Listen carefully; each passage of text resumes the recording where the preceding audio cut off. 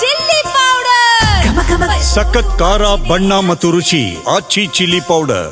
ವೀಕ್ಷಕರೇ, ಮೊದಲ ಸುದ್ದಿ ಯಾವುದಿದೆ ಅಂತ ನೋಡ್ಬಿಡೋಣ. ಇದು ಕನ್ನಡಪ್ರಭದ ಮೊದಲ ಸುದ್ದಿ. ಆಡಳಿತಾರೂಢ ಪಕ್ಷದ ಗುಂಪುಗಳ ಜಗಳ ಈಗ ಬೀದಿಗೆ ಬಿದ್ದಿರೋದು. ಕಾಂಗ್ರೆಸ್ನ ಬಣ ರಾಜಕಾರಣ ಉಲ್ಬಣ, ಹೈಕಮಾಂಡ್ ತಲ್ಲಣ. ಸಿಎಂ ಹುದ್ದೆಗೆ ಡಿಕೆಶಿ ಬಣದಿಂದ ಒತ್ತಡ ಹೇರುವಂತಹ ತಂತ್ರ ತಾರಕಕ್ಕೆ ಏರಿದ್ದು 5 ವರ್ಷವೂ ಸಿದ್ದು ಸಿಎಂ ಎನ್ನುತ್ತಾ ಸಿದ್ದು ಬಣ ಪ್ರತಿತಂತ್ರವನ್ನ ಹೆಣಿತಾ ಇದೆ. ಬಹಿರಂಗ ಹೇಳಿಕೆ ಕೊಡೋದನ್ನು ಫಸ್ಟಿಗೆ ನಿಲ್ಲಿಸಿ ಅಂತ ವರಿಷ್ಠರೇ ಇದೀಗ ಹೇಳ್ತಾ ಇರೋದು.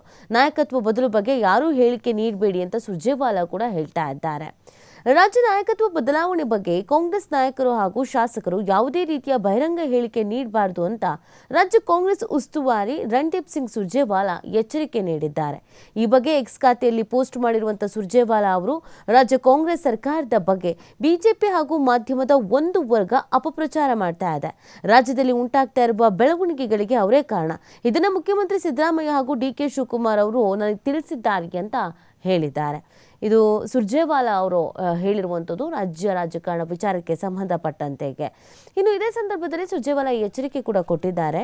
ಇದಕ್ಕೆ ಪೂರಕವಾಗಿ ಕೆಲ ಕಾಂಗ್ರೆಸ್ ನಾಯಕರು ಮತ್ತು ಶಾಸಕರ ಅನಗತ್ಯ ಹೇಳಿಕೆಗಳು ಸಹ ಊಹಾಪೋಹಗಳಿಗೆ ಕಾರಣವಾಗಿದೆ ಅನ್ನೋದನ್ನು ಹೇಳ್ತಾ ಇದ್ದಾರೆ. ಅಂದರೆ ಸ್ವಲ್ಪ ಸ್ಟ್ರಿಕ್ಟ್ ಆಗಿರಿ, ಬಾಯಿಗೆ ಬಂದಂಗೆ ಮಾತಾಡೋದು, ಎಲ್ಲೆಲ್ಲೋ ಮಾತಾಡೋದು, ನಮ್ಮ ಪಕ್ಷದ ಒಳಗಡೆ ವಿಚಾರವನ್ನ ಮಾತಾಡೋದು ಯಾಕೆ ಬೇಕು? ಹಾದಿರಂಪ ಬೀದಿರಂಪ ಯಾಕೆ ಮಾಡ್ಕೊಳ್ತೀರಾ? ನಮ್ಮಲ್ಲೂ ಸಮಸ್ಯೆಗಳು ಇದ್ದಾವೆ, ಇಲ್ಲ ಅಂತ ಹೇಳ್ತಾ ಇಲ್ಲ.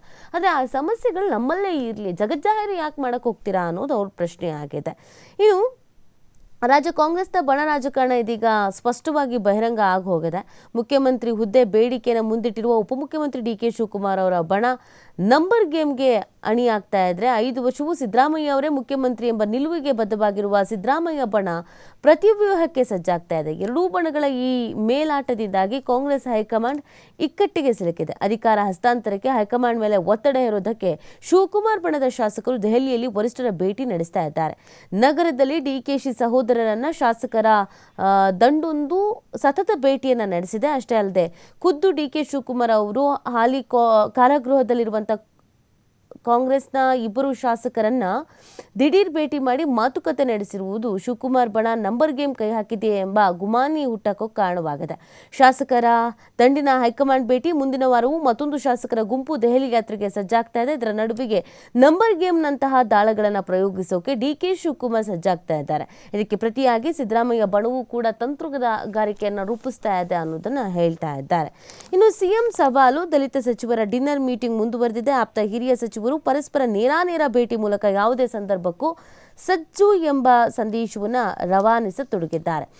ಒಟ್ಟಿನಲ್ಲಿ ಡಿಕೆಶಿ ಬಣದಿಂದ ನಂಬರ್ ಗೇಮ್ ಆಗ್ತಾ ಇದೆ. ಇನ್ನು 2 ಬಜೆಟ್ ನಾನೇ ಮಂಡಿಸ್ತೀನಿ ಅಂದರೆ ಇನ್ನು 5 ವರ್ಷಕ್ಕೆ ನಾನೇ ಸಿಎಂ ಆಗಿರ್ತೀನಿ ಅಂತ ಸಿದ್ದರಾಮಯ್ಯನವ್ರು ಬೇರೆ ಹೇಳ್ತಾ ಇರೋದು.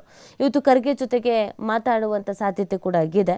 ನಾನೇ ಮುಖ್ಯಮಂತ್ರಿಯಾಗಿ ಮುಂದುವರಿತೀನಿ, ನಾನೇ ಇನ್ನು 2 ಬಜೆಟ್ ಮಂಡಿಸ್ತೇನೆ ಅಂತ ಮುಖ್ಯಮಂತ್ರಿ ಸಿದ್ದರಾಮಯ್ಯ ಹೇಳಿದ್ದಾರೆ.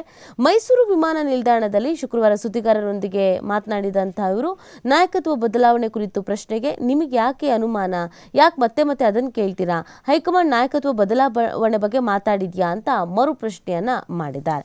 ಸೊ ಅಲ್ಲಿಗೆ ನಾನೇ ಸಿಎಂ ಆಗಿರ್ತೀನಿ, 5 ವರ್ಷ ನಾನೇ, ಮುಂದಿನ ಬಜೆಟ್ ನಾನೇ ಮಂಡಿಸ್ತೀನಿ ಅನ್ನುವಂಥ ವಿಚಾರವನ್ನ ಸಿದ್ದರಾಮಯ್ಯನವರು ಹೇಳ್ತಾ ಇದ್ದಾರೆ. ಒಂದು ಕಡೆಯಲ್ಲಿ ಡಿಕೆ ಶಿವಕುಮಾರ್ ಅವರ ಬಣದವರು, ಇನ್ನೊಂದು ಕಡೆಯಲ್ಲಿ ಸಿದ್ದರಾಮಯ್ಯನವರು ಬಣದವರು.